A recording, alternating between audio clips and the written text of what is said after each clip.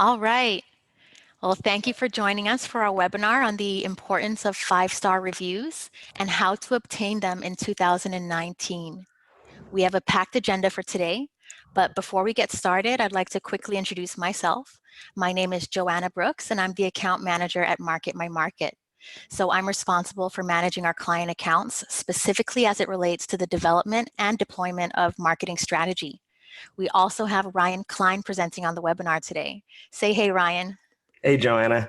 So yeah, getting right on the dot, 1:30. I actually have 1:29 on my clock, but that's totally fine. Anyway, I know that all lawyers are busy people, so we'll get right into it. Just a little bit about myself. Like Joanna said, my name is Ryan Klein. I'm one of the partners at Market My Market. I've been doing legal marketing for about 10 years.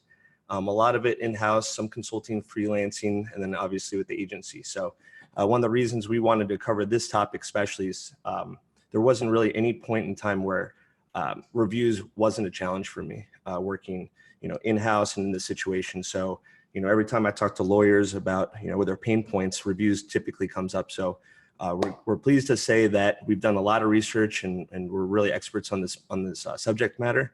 And you're going to really enjoy the information we put together for you. Awesome. All right, so as part of today's agenda, we're going to explore topics including how important reviews have become and what consumers are doing to look up reviews exactly. We'll talk about building your own effective review system with the right wording, execution, and follow-ups. And we'll talk about leveraging positive reviews for better online visibility and higher conversions. Finally, we'll save time at the end of the webinar to answer any questions that you might have. So you can just go ahead and enter them into the chat pane as they arise. And for any questions we don't get to at the end, we'll make sure to follow up with an email accordingly. So let's get started. Great, thanks, Joanna. That sounds like a fun agenda. So importance of reviews. Trends show an increased importance of customer reviews.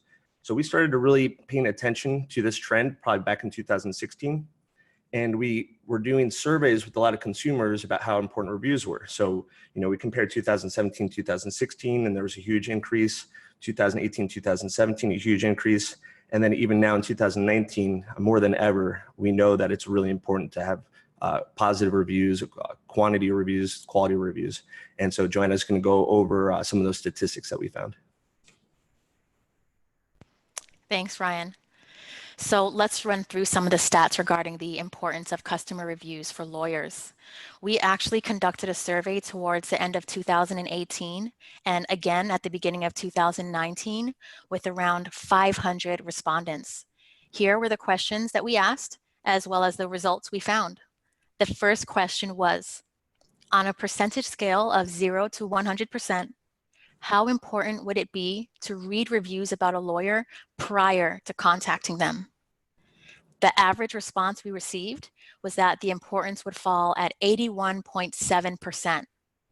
When we initially conducted this survey 3 months ago, the average response was 74.15%. So potential clients are finding it increasingly important to read reviews about a lawyer before contacting them. The next question we asked was, what is the minimum rating you would want to see for a lawyer on Google? The response we received was that the minimum rating they'd like to see on a lawyer's profile is a 3.84 star rating out of 5 stars. Now, 3 months prior, the minimum star rating people wanted to see was 3.8875. So it stayed relatively stable there. When asked what's the minimum number of reviews you'd want to see for a lawyer on Google, the response we received was 20 customer reviews. 3 months prior, the minimum number was 14.1 customer reviews. So you can see it's, again, increasingly important not only to have a high star rating on your online review profiles, but also to have a large and growing number of reviews on your online profiles. So at the very least, most small businesses should work towards a 3.9 star rating and 14 reviews, which were the minimum results we received in our survey. Keep in mind that none of this matters if your competition has better numbers than you do. If this is your situation, you likely want to strive to obtain even more reviews with better ratings to get ahead. Would you agree, Ryan? Yeah, absolutely. I know in the legal space, it's not that uncommon to see map packs, the 3-pack during a search result, where lawyers have hundreds upon hundreds of reviews in some of their practice areas. So for a lawyer, I mean, it could be 100 if your competition has 100 or 200 reviews. So definitely a good point. Thanks. Now, when we conducted the survey again in 2019, we added just one more question. And this question was, on a scale of 1 to 10, if you narrow down 2 lawyers you liked, but one of them had much better reviews online, how much would that impact your final decision? The average rating that was reported was 7.931 on a scale of 1 to 10, making it clear that having less positive reviews than your competitors can really be the breaking point in their decision-making process.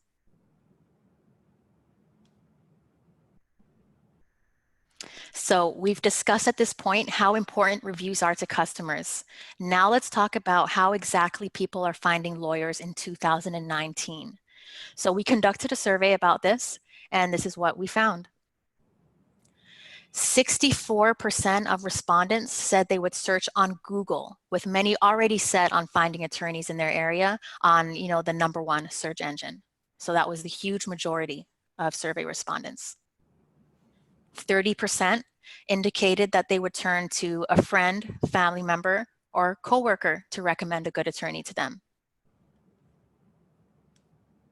A little over 1% of those polled said that they'd use Yellow Book to inquire about an appropriate attorney, and that was literally just 6 people. The same amount of people claimed that they would reach out to friends on Facebook for recommendations or post in a Facebook group forum. And I'll let Ryan run through the rest of the results. Thanks, Joanna. Yeah, so before I actually proceed with my points that I have here, I want to mention something about that 30% that indicated that they would turn to a friend, family member, or coworker. Keep in mind that, should a person need a personal injury lawyer or a criminal defense lawyer, divorce lawyer, their friends or family or their immediate circle may not know any lawyer that's appropriate for their legal situation. So that 30% is probably going to end up going on Google afterwards, should they not be able to refer to their network. So that 64% is probably higher. So moving along to Yelp, 1% of participants said they would search on Yelp. So Yelp is not really still to this day a go-to for the legal services, still really mostly for restaurants and bars and all that. A few said some of the other search engines, so Bing and Yahoo, are not very impressive compared to Google. Even DuckDuckGo, which is an up-and-coming search engine, not super popular. One person said that they would use Avvo, and that's online legal referral service that we all know. And so that means that, Avvo, obviously it gets a lot of traffic. A lot of people have success with Avvo. And then when people do searches on Google, Avvo pops up, but it just means that Avvo hasn't exactly branded itself to a point where when people think that they need legal help, they default to Avvo. And lastly, one person said that they would search for a lawyer through LinkedIn. So, they might equate professionalism with LinkedIn and then think of a lawyer. So, not that many people compared to Google. Exactly. And I also want to emphasize that the results of the survey highlight more than anything the importance of getting outside your comfort zone when marketing your legal practice. While you may find a source like Avvo sensible to pitch your services, it's very possible that the clients you seek rely on other methods to find legal help. Great. So I'll talk about accumulating more reviews here. And there's going to be 3 ways you can do it, just like the blue guy is looking at 3 different doors. So do it yourself, obviously DIY. We're going to go over a way that you can do the process of accumulating reviews on your own. We'll discuss utilizing third-party tool by yourself. So you might refer yourself to some of the tools that are out there. There are plenty to choose from, and we'll go over what that looks like. And then last, you can utilize a third-party tool, but also an expert, such as a consultant or an agency such as ours, can actually utilize that tool on your behalf to accumulate reviews. And we're going to talk about a little bit more about why that might be recommended, and actually it isn't as expensive as a lot of people might think. So how do we do it? The first thing we want to look at is this email template. I'm not going to go into too many details about it because you can see it right here. It kind of leads with how is your experience, a few sentences. And the biggest thing you want to note here is kind of the green positivity to kind of push people towards reviewing you on certain platforms. In this example, it's Google and Facebook. And then here we have the red, contact us directly. And this is kind of a deterrent to avoid having negative feedback posted online. So, take a moment to kind of look at that. Also, we'll be providing the slides so you don't have to memorize that or jot down or sketch it out or anything like that. So, that's what an ideal template in the flow looks like. In addition to having a good template, you want to make the email appear more like a third-party inquiry instead of kind of a direct solicitation. And this is very important, and I'll try to describe this as best as possible. So typically what lawyers do is they'll have reception at, or the lawyer or someone that kind of works in-house reach out directly with their typical work email, but actually that might kind of push some people away. So a couple of suggestions that we have as far as where it should come from is more like a third party, maybe a neutral party, really genuinely trying to find out how their experience was. So think more maybe like client experience at, or client care at, maybe set up at Gmail with maybe some branding of your firm plus client. Just think a little bit more outside the box for the email that you plan on sending this from. And then Joanna's going to talk about the next couple points about how we do it. Keeping track of emails. So it's very important to have a system in place to track whether people are clicking on the links in your emails or even opening them in the first place. So we recommend using an email automation platform like MailChimp, which provides you with data including whether someone opened or clicked on your email. You can also opt for third-party software that has additional functionality, such as automation for email follow-ups. So you can set up a campaign where if someone doesn't open your email the first time, another email automatically gets sent out 5 days later. So if you don't catch them on the first request, you have an opportunity to catch them on the second or third time. Thanks, Joanna. And then to put that more into a graphic, you can see right here, we kind of just call it the 5x5 approach.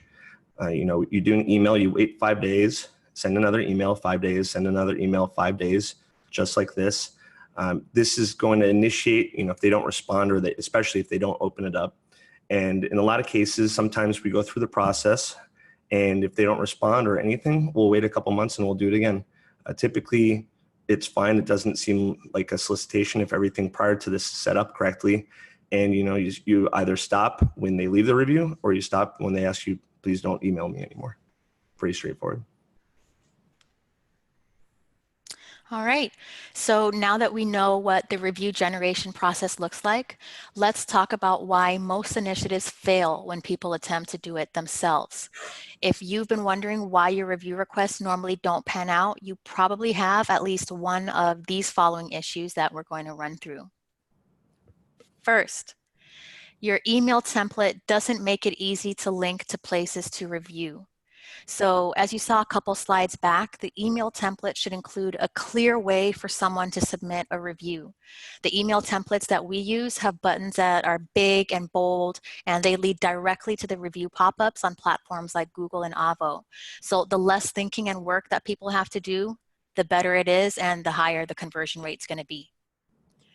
Next, no follow-up emails or text messages or automation process to check back in with people who didn't check the review request email the first time.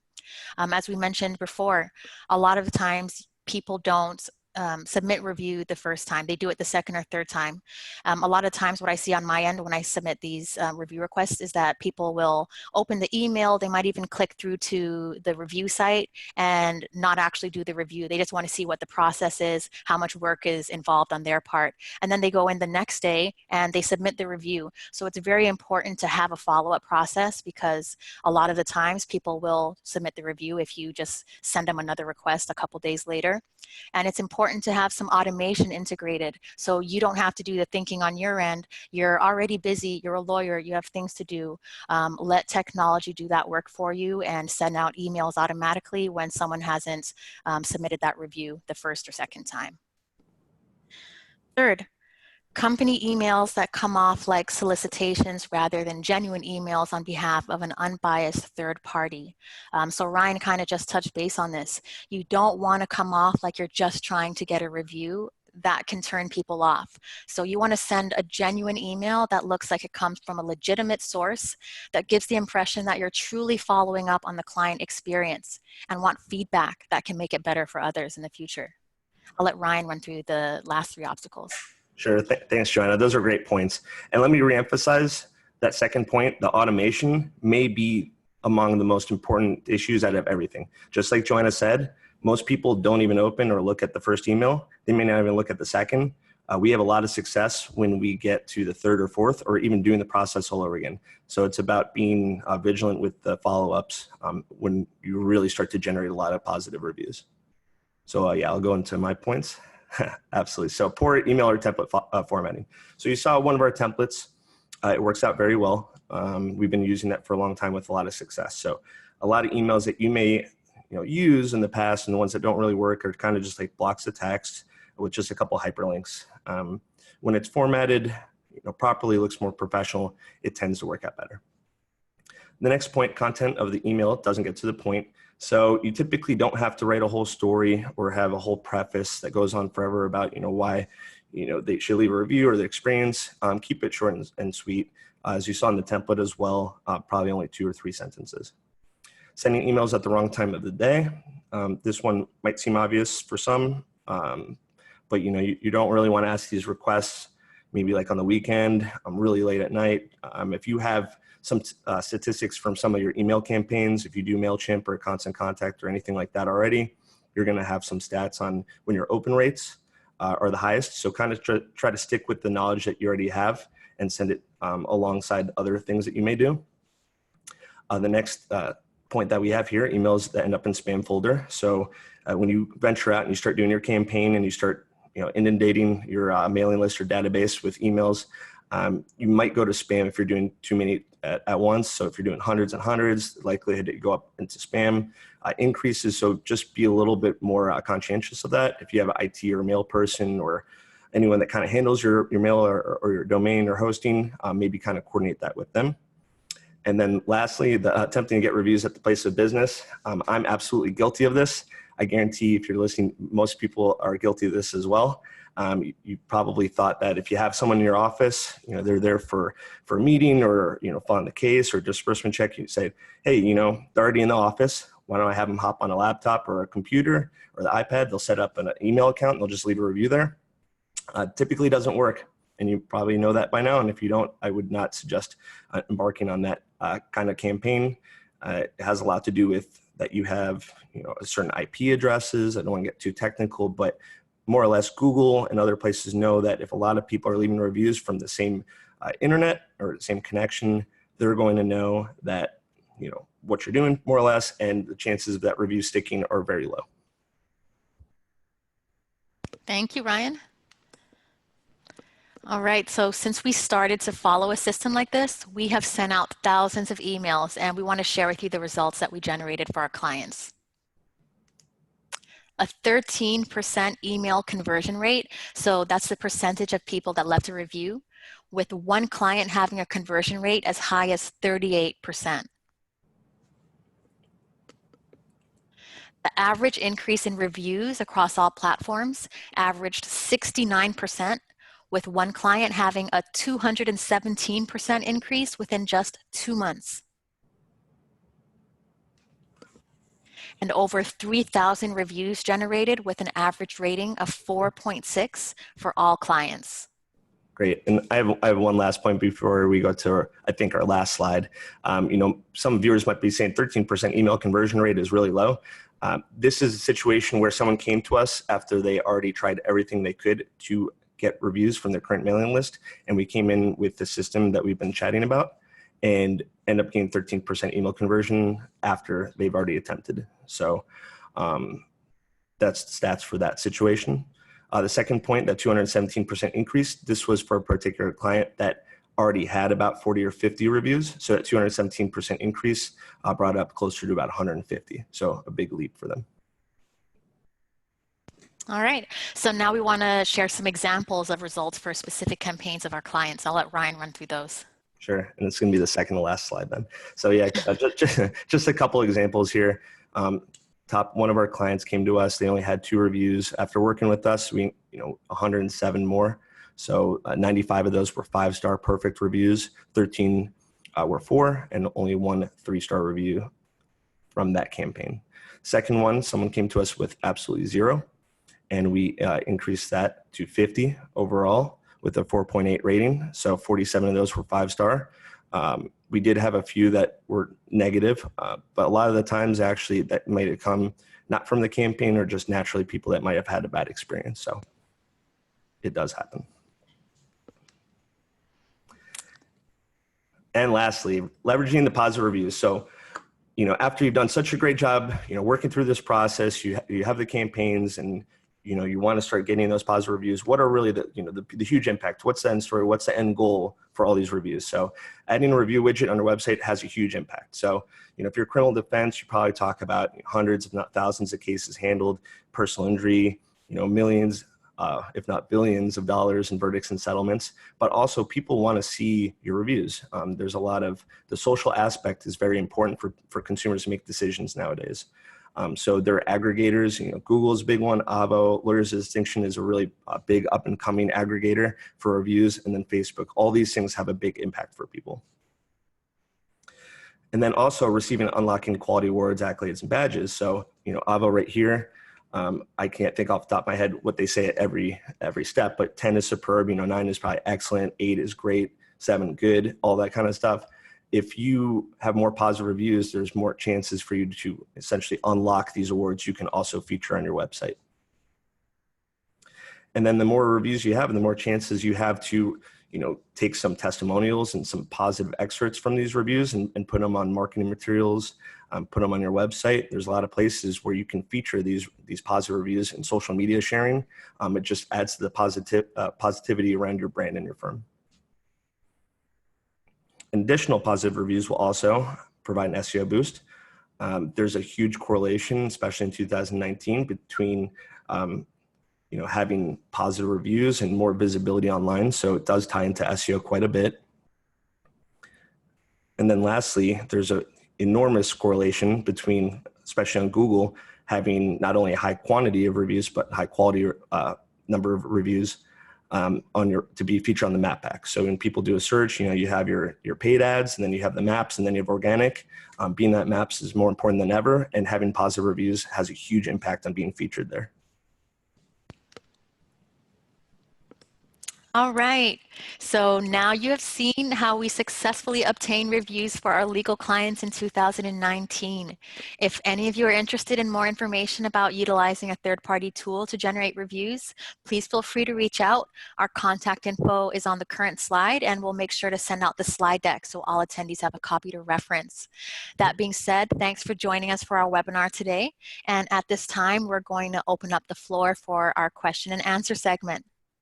Yeah, absolutely. And then before we go into that, if you're at the Q&A, please enter all of your questions into either the chat or the Q&A. It should be at the bottom of your screen, and then we'll start answering that. But before we do that, I just want to give a shout out to Lawyers of Distinction. We received some help and assistance with some of the people on their team that are very serious about reviews and all that. So they're a great team. Great marketers. They're doing a great job. They started off as kind of aggregating some of the, I guess, top lawyers using their system in the country, and they're also becoming a great review aggregator too. So just shout out to them. Great. So Joanna, you want to read the first question? All right, sure. The first question is from Allison. My list contains many clients who worked with the firm years ago. Does it matter if their last interaction with the firm was from long ago?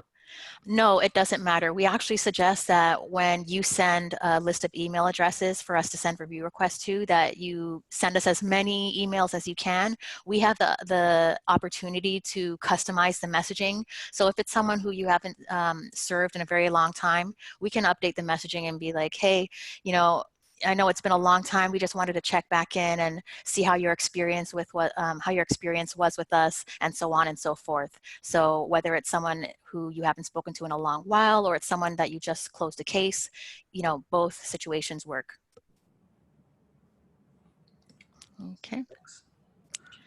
We have another question. Ryan, you want to take this one? Sure, I'm looking at a couple, but I'll go with anonymous first. Okay.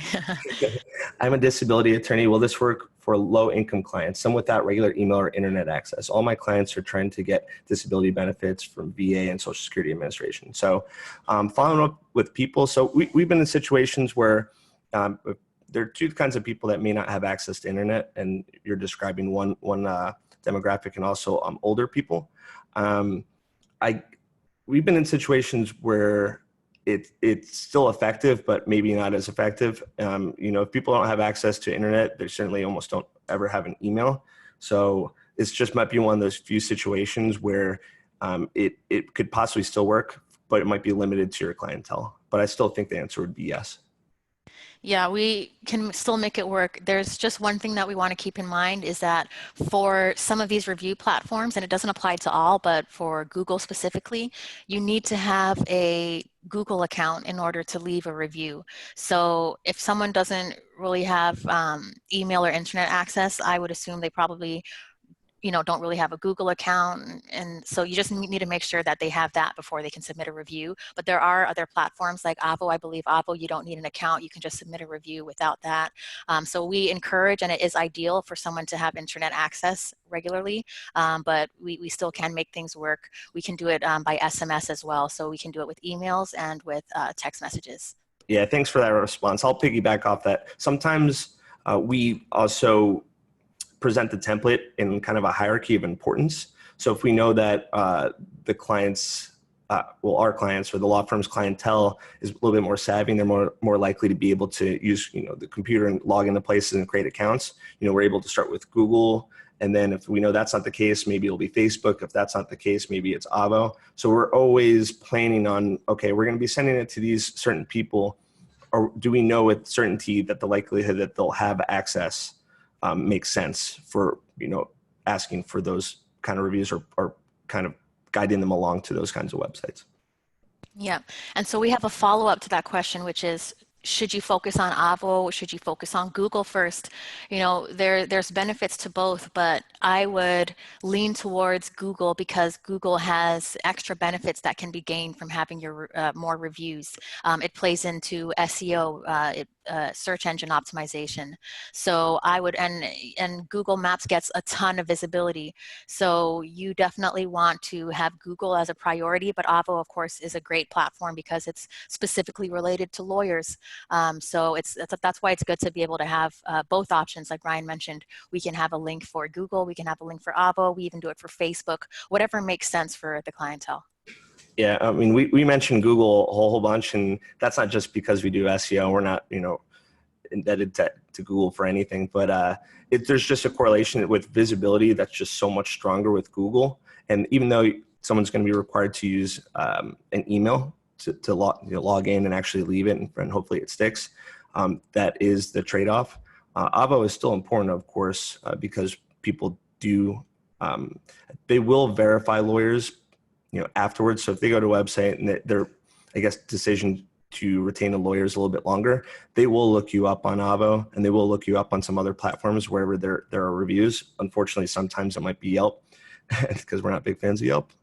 And it's important to just, for you to stay consistently positive reviews everywhere. You don't want to be 4.8 in Google and then have only a couple of reviews that are 2 on Avvo, and then all of a sudden, someone's like, oh wow, they're great, I found them over on Google, I'm going to verify them on Avvo, and then you only have 2 stars. That can really hurt you. So you want to make sure that maybe you kind of guide people along maybe where you need it initially, and then figure out later. Thanks, Ryan. We have another question. Have you run into any ethical challenges with the type of system that you use? The answer to that is no. So we use a system that adheres to the review guidelines of the platforms that we request reviews on. The system that we use, we kind of went into it briefly on a few slides back, but it's meant to filter out negative reviews from ending up on your review platforms through a system that we use. And that system, very briefly, is we ask clients to rate their experience first on a scale of 1 to 10. If it was a positive rating, then we'll say, hey, thanks for this positive rating. May you please share some feedback on our Google profile? And if it's a negative rating, we'll send them to a landing page that says, hey, we're really sorry to hear that. Can you please share your feedback with us, so we can learn more about your experience and address it? What we also do is share at the bottom of that landing page your review profile still, and that's what keeps us in adherence with Google's guidelines and these review guidelines, is we're still providing them an opportunity to share that experience on your review profile, but the way that we formatted it is that we're encouraging them to share that experience directly with you so you can address it right away. So the answer is yes, we are adhering to guidelines, and no, I haven't run into any ethical challenges with the system that we use. Yeah, there isn't anything about it that seems to conflict whatsoever with any respective state bar association. The only thing that we have to stay kind of in line with is just the actual platform we're actually asking reviews for. So for example, Yelp has a absolutely like zero tolerance solicitation kind of policy. So we can't do Yelp because they know they can check it's what's called a referral path. They know how people get to their website. And if they know it comes from probably a link that was on an email or something that seems kind of suspicious and not organic, they'll know immediately that someone was kind of pushing them that way. And that's the only type of ethical, I guess, situation you might find yourself in. Nothing that you can get in trouble for. It's just, it's something that we just don't even engage in the first place, I guess you could say. All right, I have another question here. What's required on my part to implement a system like this?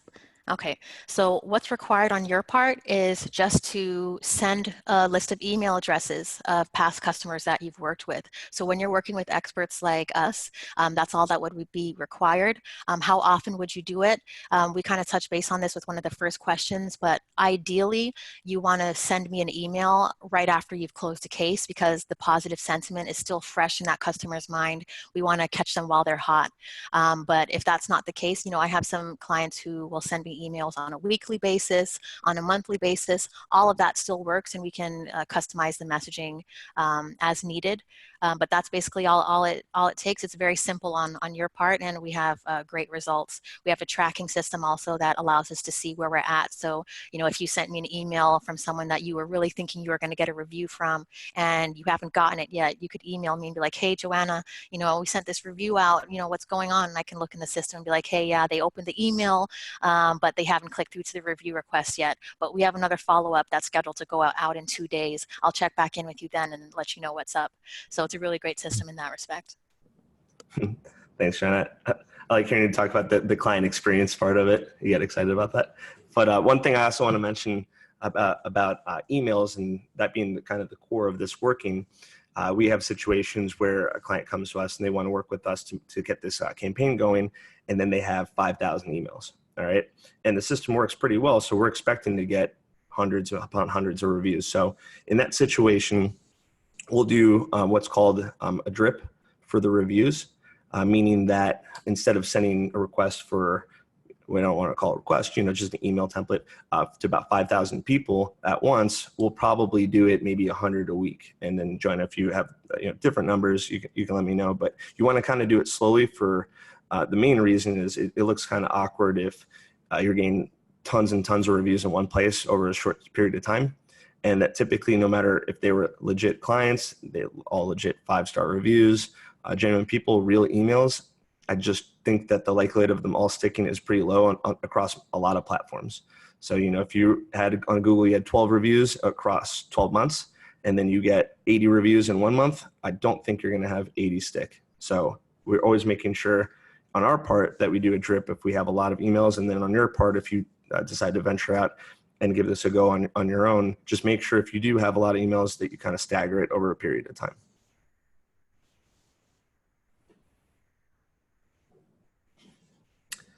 Great. And I have a question about Yelp. does this work with Yelp? And I think, yeah, so I already covered that one. Yelp is not one that we work with soliciting. I know that most lawyers, probably 4 out of 5 lawyers I talk to, can't stand Yelp because their positive reviews are suppressed and then their negative reviews are shown. I think that's just a complete business model flaw on their part. And they just have a zero tolerance for solicitation policy. So we cannot send that as a link, and we wouldn't recommend it either. It's something that is just one of those things, and when I hate it and everyone I work with hates it, and I wish there was a solution.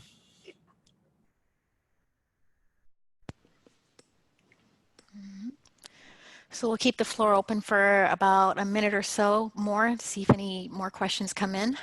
Got some great questions so far, so we really appreciate the engagement that we're getting during this question and answer segment. Yeah, absolutely. I mean, we have another 10 minutes, so absolutely, anyone that has a question, feel free, drop in the Q&A, drop in the chat. I'd be more than happy to follow up with that.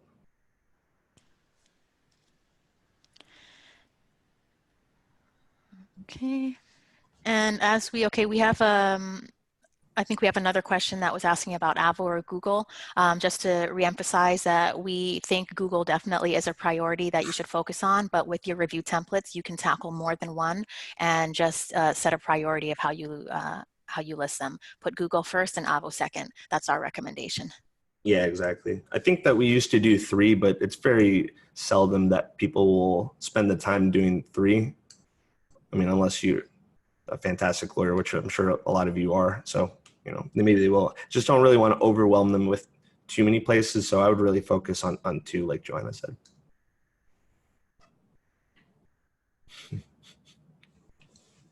We love Google too.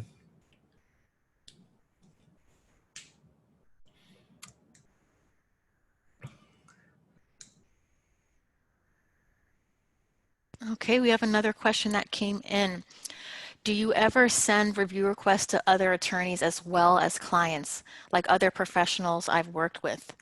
I mean, your business listing, can accept reviews from clients or, people you've partnered with.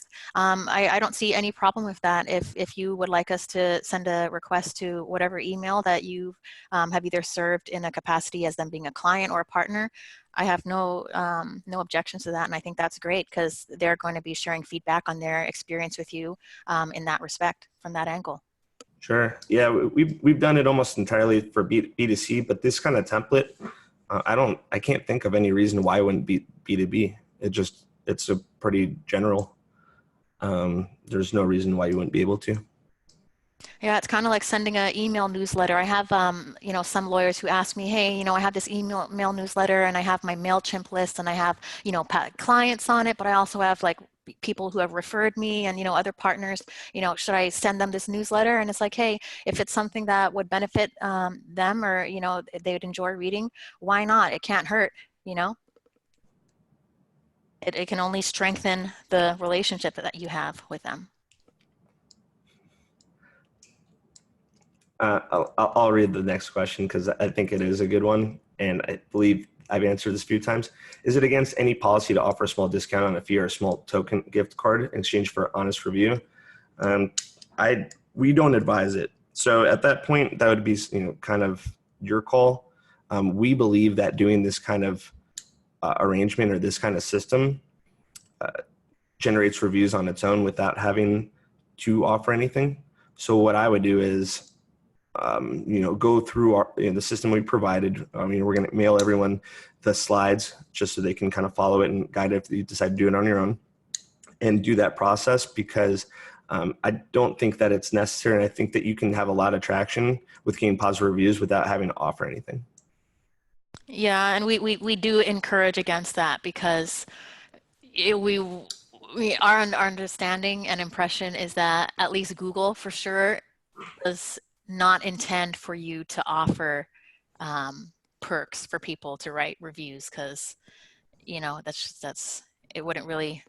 We want reviews to come in naturally, and our process is allowing reviews to come in naturally without having to offer something in exchange for that. And like Ryan said, we've seen great results with the way that it is.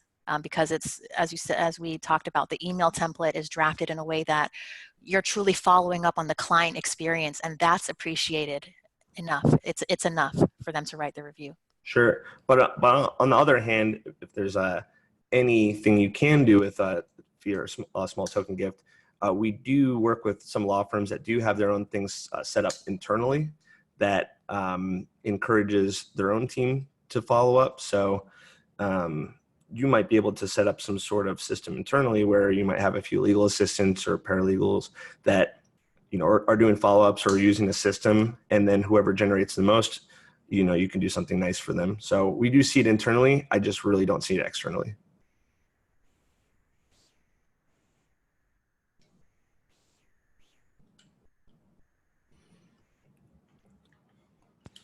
Great. We'll take questions for another 5 minutes.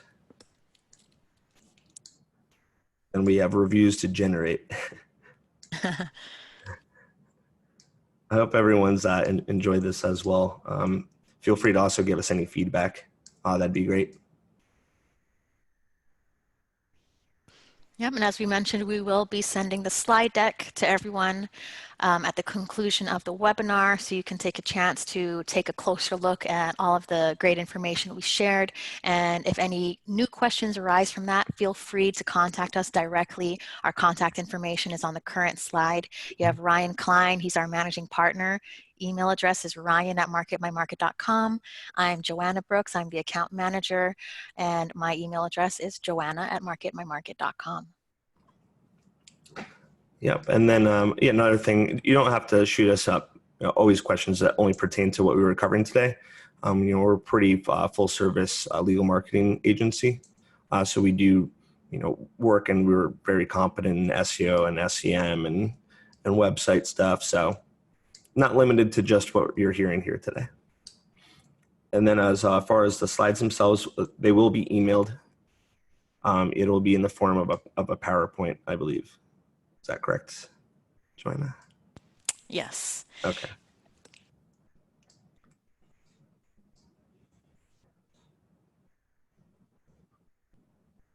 Okay. Well, it's been a pleasure speaking with everyone today, and everyone taking the time, their extremely busy schedules, to join us and hopefully learn quite a bit about the world of review generation as it stands today.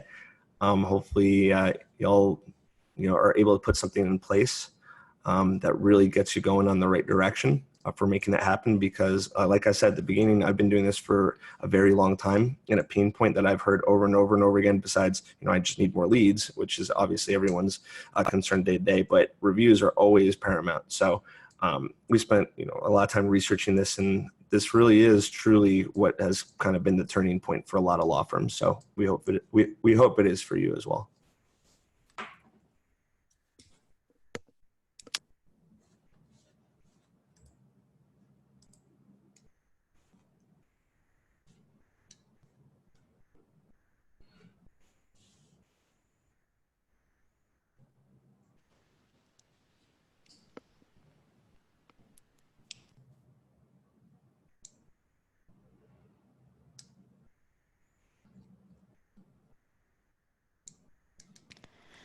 All right. I don't see any new questions coming in on my end. Do you have any on your end, Ryan?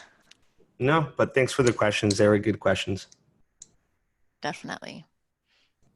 I love questions that get me excited about what I do. I saw a couple of those. Yes. Great. All right, guys. Well, thank you for your time. We will go ahead and conclude the webinar at this time. Feel free to reach out to us if you have any further questions. Thanks, everyone. Thanks.